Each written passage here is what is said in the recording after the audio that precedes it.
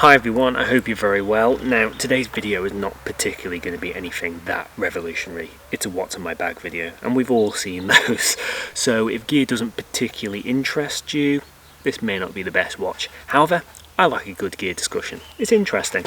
And there's a few other reasons why I'm putting this together. I mean, firstly, I'm quite bored with the self-isolation.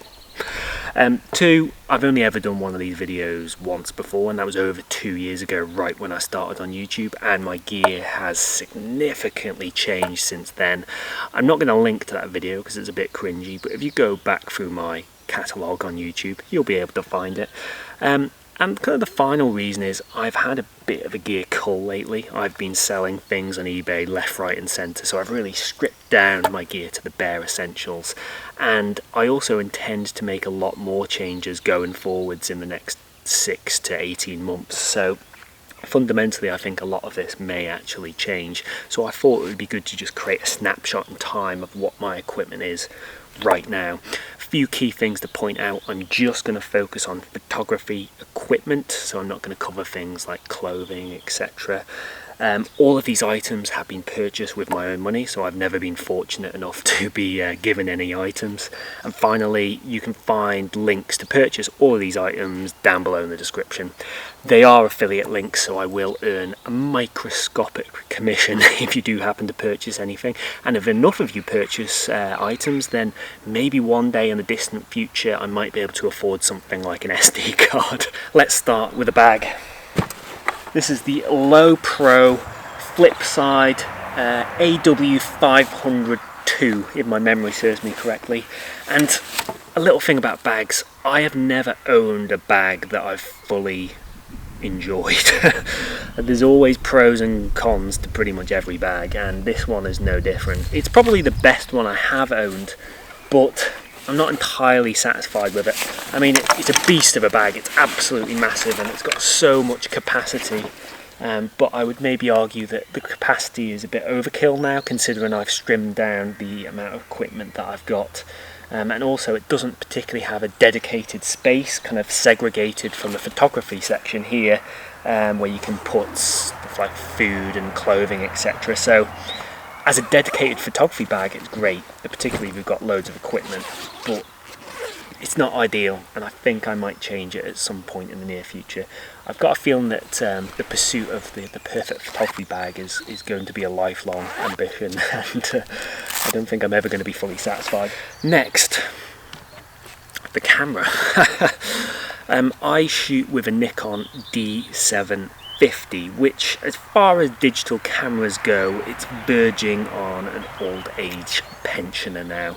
However, don't be fooled, it's still a very, very capable stills camera for landscape photography. If you've followed my channel for any time, you'll know that last year I had a bit of a close encounter with a wave that destroyed my previous camera, and I ended up getting the D750 as kind of like a short-term stopgap to replace my camera, and I've been really satisfied with it. It's a phenomenal camera, great dynamic range, and it's kind of got everything I need for landscape photography at this moment in time. The video is atrocious on it, the live view is poor, but if you're not using it too much for video, it's still a very, very compelling camera. You'll also notice on the side it's got a very ill-fitting L bracket and L plate on the side here. This is the L plate that used to belong to my Nikon D850, and rather than go out and buy a new one, I've just kind of recycled it on the side here. It looks a little bit ridiculous, but as long as you actually tighten it off with an Allen key properly on the bottom there, it's actually surprisingly secure. So yeah, I think I'm going to stick with this for the time being. Let's look at lenses next. So we've got the Nikon 18-35 G lens, and this is a fabulous lens. It's one of the few bits of equipment that has not actually changed since my original What's in My Bag video. It's fantastic. It's super lightweight and incredibly sharp. The main critique I've got on it is 18mm. It's not quite wide enough for my tastes, so it's not perfect, but you know, I've stuck by this lens for good reason. It's a brilliant choice, and it's probably the lens that I use the most. I probably take about 50% of my landscape shots on this, so it's an absolute workhorse and it's never let me down, and I could not recommend it more highly.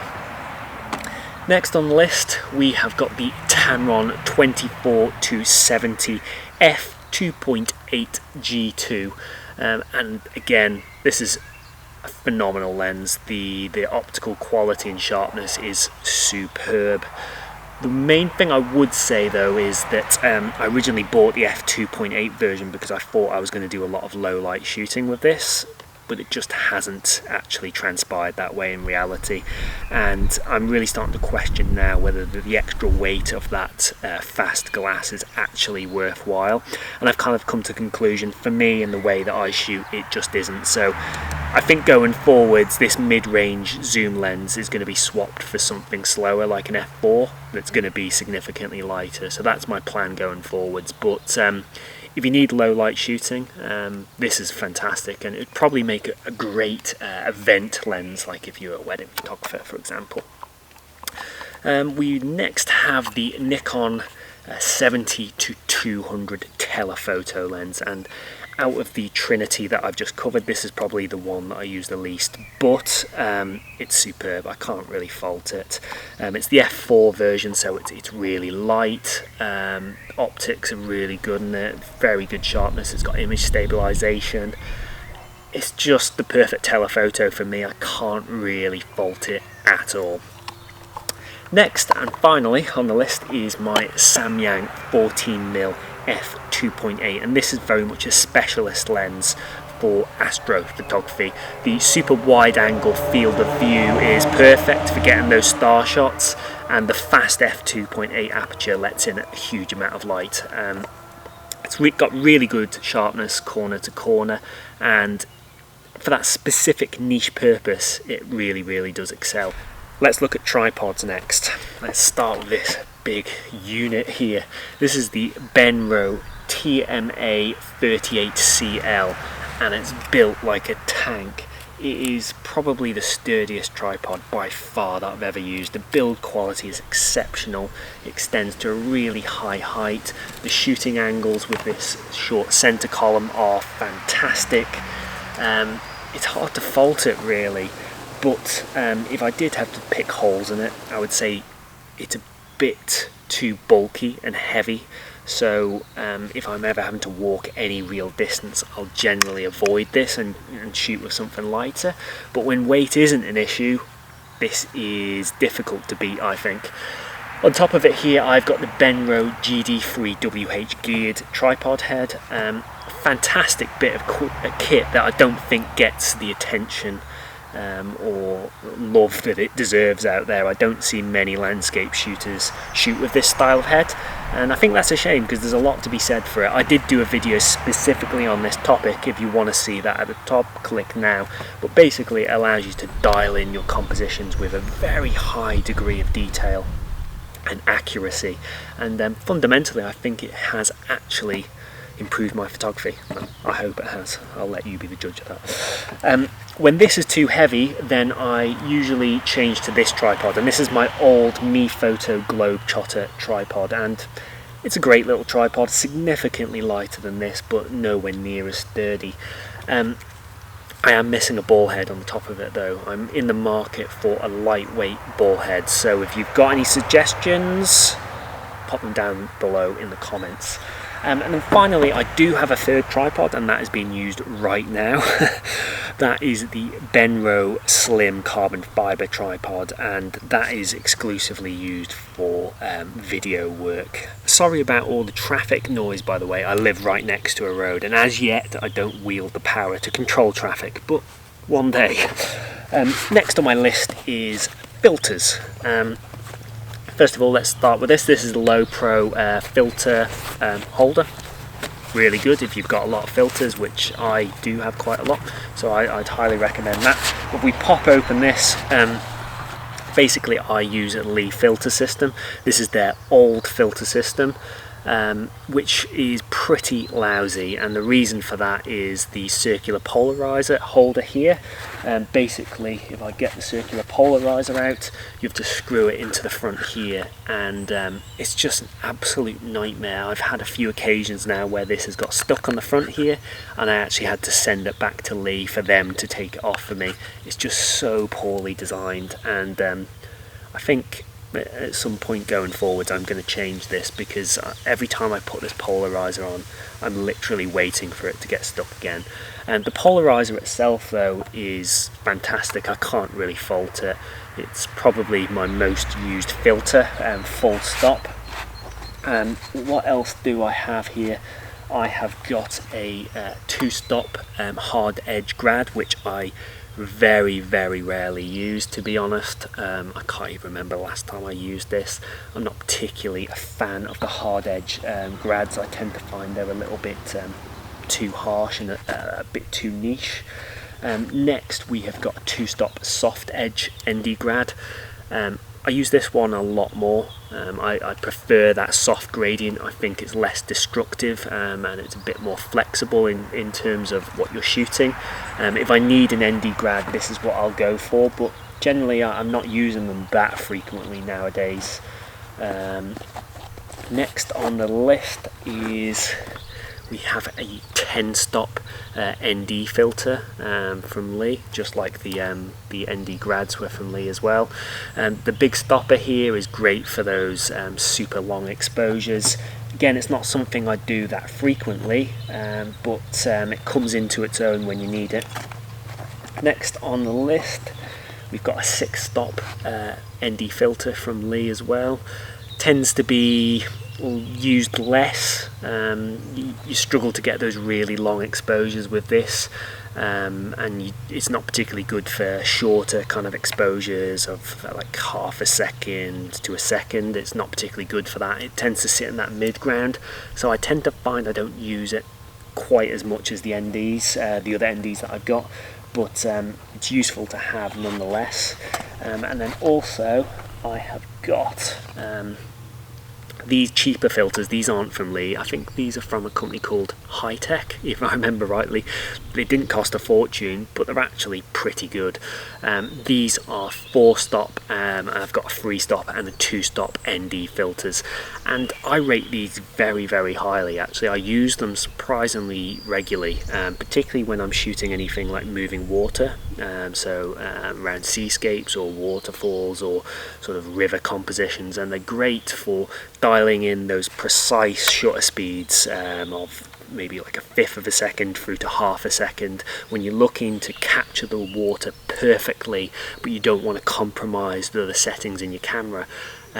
These are phenomenal, and I don't know why more people don't use them. Very cheap and easy to use. But that's basically it for my filter setup. The next thing on my list is an Osmo Action. Now, this is only a fairly recent purchase, so the jury is still out on this. I still haven't fully made my mind up on whether I like this item, to be honest. But for what it does, an action cam, it's good. It's highly portable, highly light. The video quality isn't too bad. It's obviously not great, but you have to make some sort of compromises. I've got an external mic here to try and improve the audio quality. It has a front-facing screen, which is great for vlogging. I think I just need to spend a bit more time with it to fully make my mind up whether it's going to stay in my equipment. Next on the list is a first aid kit. Fairly self-explanatory, but if I'm going into any areas that are remote or isolated, I tend to pop this in my bag. It's better to be safe than sorry. What is next? Lens blower, good for getting dust off the sensor in an emergency. Again, not something I use too much, but it's nice to know that you've got it. CDs, not particularly the kind of thing you'd expect to find in a photography bag, but they really come into their own.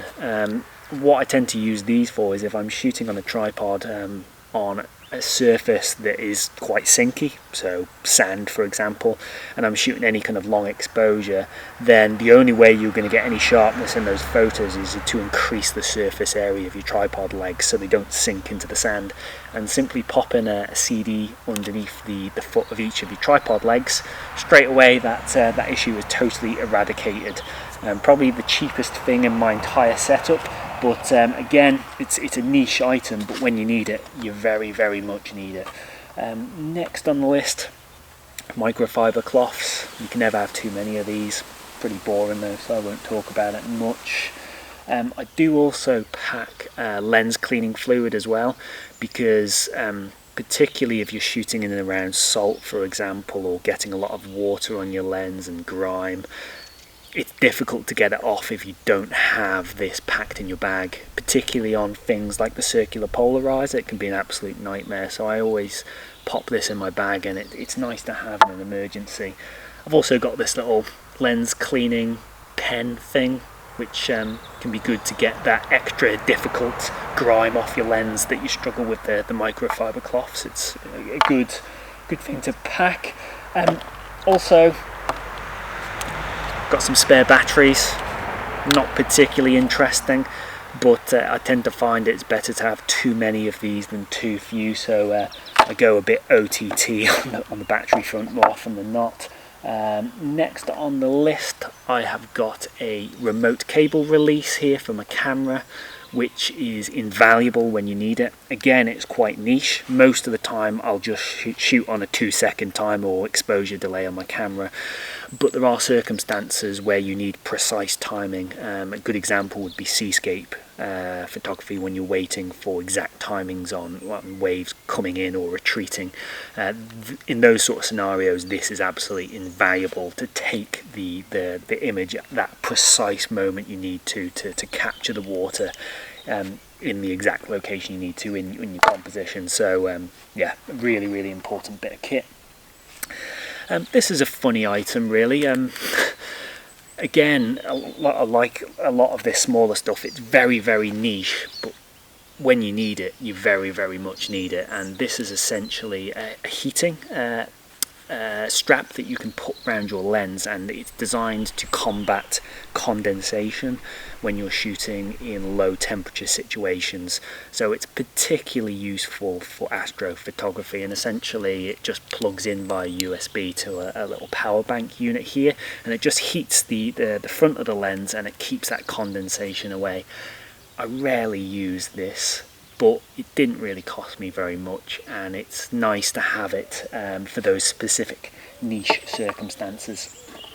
And then finally, Headtorch. This is from a company called Alien Scout, and what I particularly like about this Headtorch, other than it's really well built, is that it's got a red light setting on, which is great because it doesn't destroy your night vision in low light or astrophotography situations, and I consider that an absolute necessity on these items. I would never use another Headtorch that did not have that setting again, to be honest. So that is about it for the small items here. The final sort of piece of my puzzle that I need to talk about is the actual vlogging setup, which is filming me right now. I've now done the switcheroo, and the Nikon D750 is now filming me. This is my main video camera. This is the Canon M50, and it's a relatively recent purchase for me. For a number of years I used the Canon 200D, which is a really good video camera too. But I've made the upgrade to the M50, and I don't regret that for a second. This is a considering it's meant to be self-isolation, there's a lot of traffic on this road. I don't regret the upgrade to this at all. There's lots of micro upgrades over the 200D that kind of cumulatively amount to quite a significant upgrade, I feel. The M50 is just brilliant. It's super lightweight. It's got the all-important vlogging articulating screen. It's got an external mic jack, and on the top here for all of my audio I use the Rode Video Micro, which is currently on top of my D750. I don't use lav mics or anything like that. All of my audio comes through that little shotgun mic, and it's absolutely perfect. The stabilization in the lens and the digital stabilization in the body is great. so you get rid of all those micro jitters in your handheld footage. Just the general autofocus on this is fantastic as well with the dual pixel system. It's just really hard to fault it, really. The lens that I've got on the front here is the 15-45 kit lens, which covers a really wide focal range there, perfect for vlogging to camera. And on the front here I've got a variable ND, a 2-stop to 5-stop, which is great for shooting on brighter days where you want to try and use those wider apertures without altering your shutter speed and sort of breaking the cinematic look of your footage. Really invaluable video kit that I find. So that's about it for today's video. Thanks very much for watching, and I hope you've enjoyed this little run through on my equipment. If you've got any questions or thoughts in relation to any of the specific items, pop them down below in the comments. I'd be really interested to see what you think. I've got no idea what my next video will be. 6 months time I'm going to look like Tom Hanks out of Castaway. My hair's going to be down around here, big bushy beard. I'll probably be doing some arty-farty videos of my washing line back there. Who knows what exciting things I might be bringing your way. So we'll just have to wait and see. But yeah, thanks very much for joining me today, and please do take care of yourself in these crazy times, and I'll see you all soon. Goodbye.